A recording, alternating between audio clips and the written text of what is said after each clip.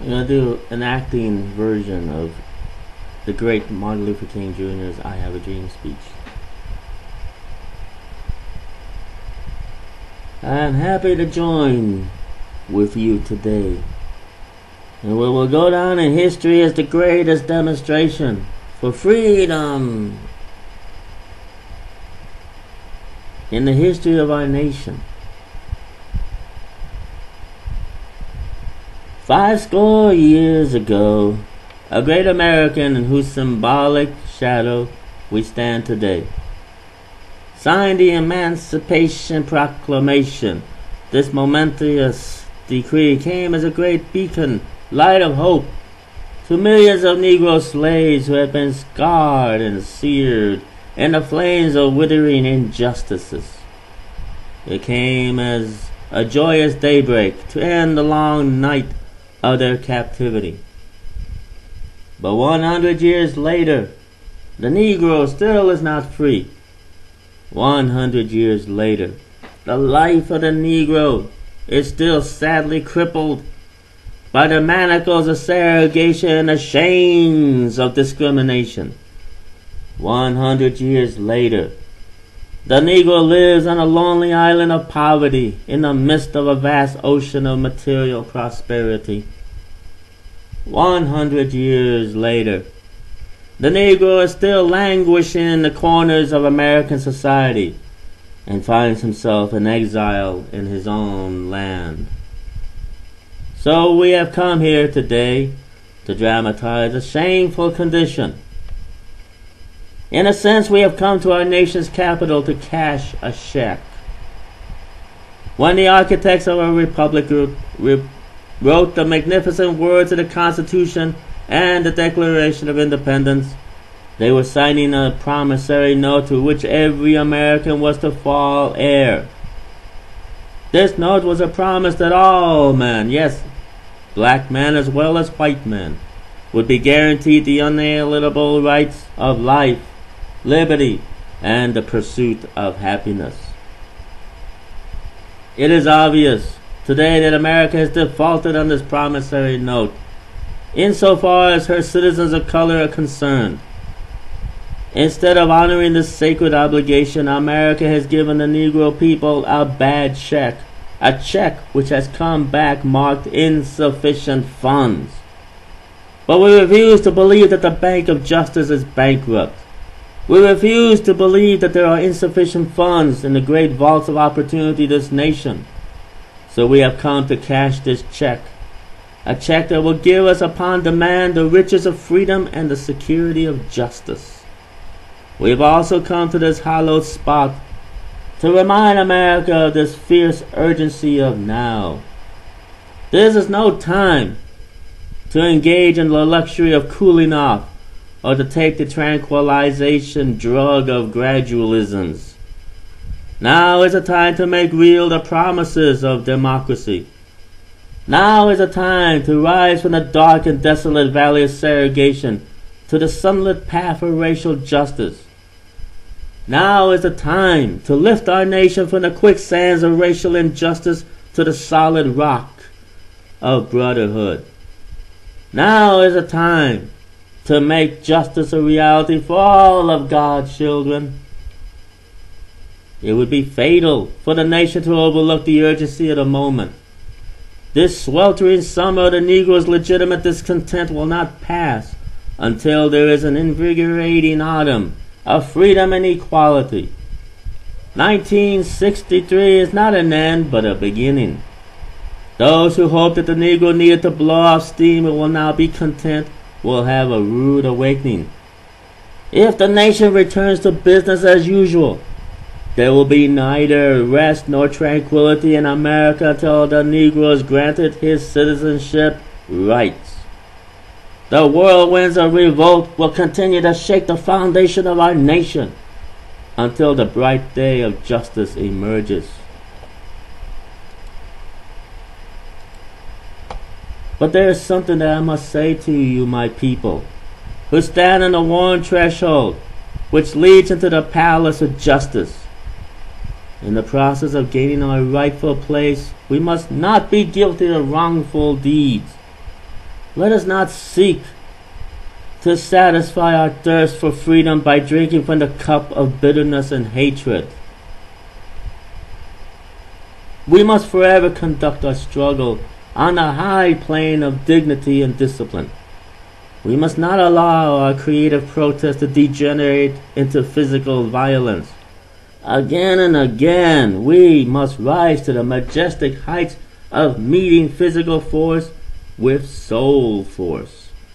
The marvelous new militancy which has engulfed the Negro community must not lead us to a distrust of all white people.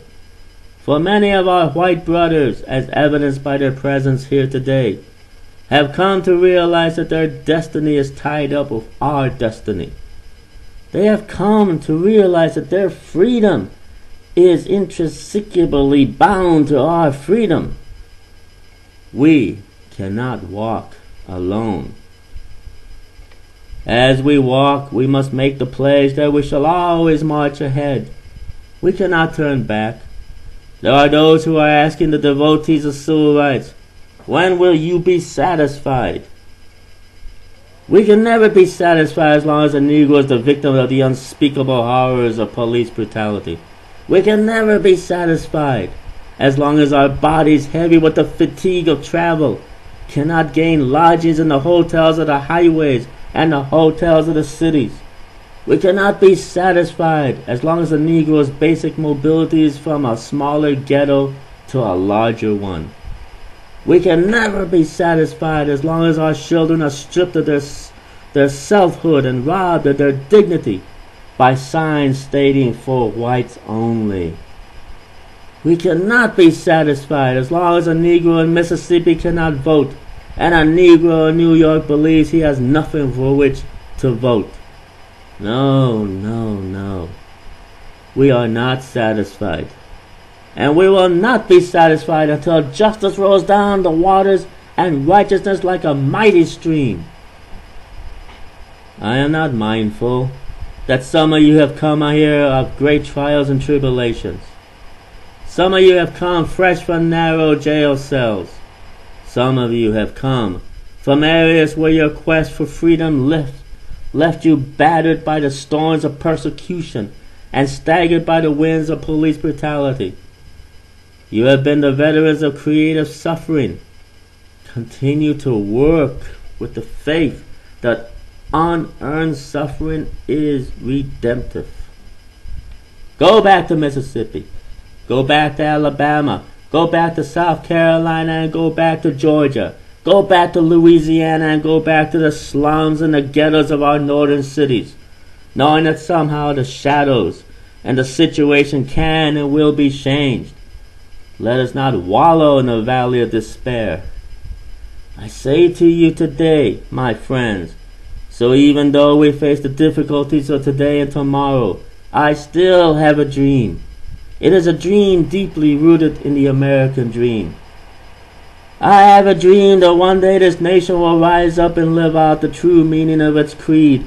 We hold these truths to be self-evident that all men are created equal. I have a dream that one day in the red hills of Georgia, the sons of former slaves and the sons of former slave owners will be able to sit down together at the table of brotherhood.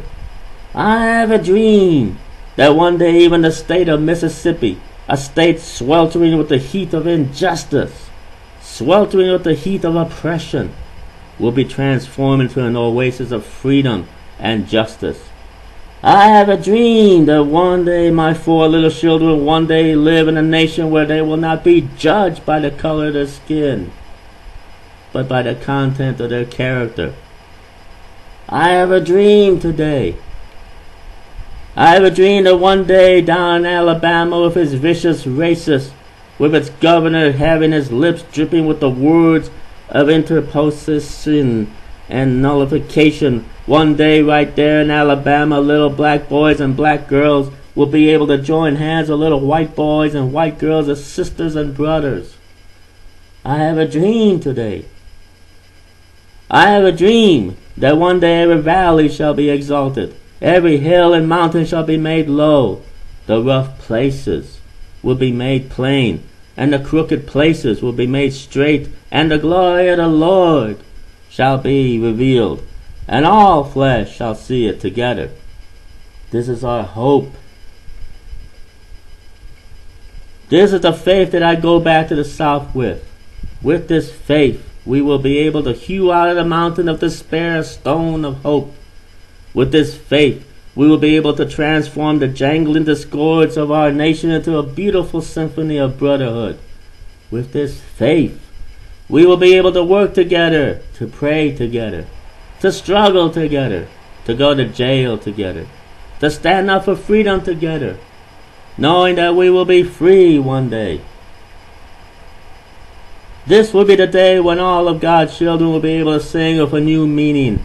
My country, 'tis a day, sweet land of liberty, of thee I sing.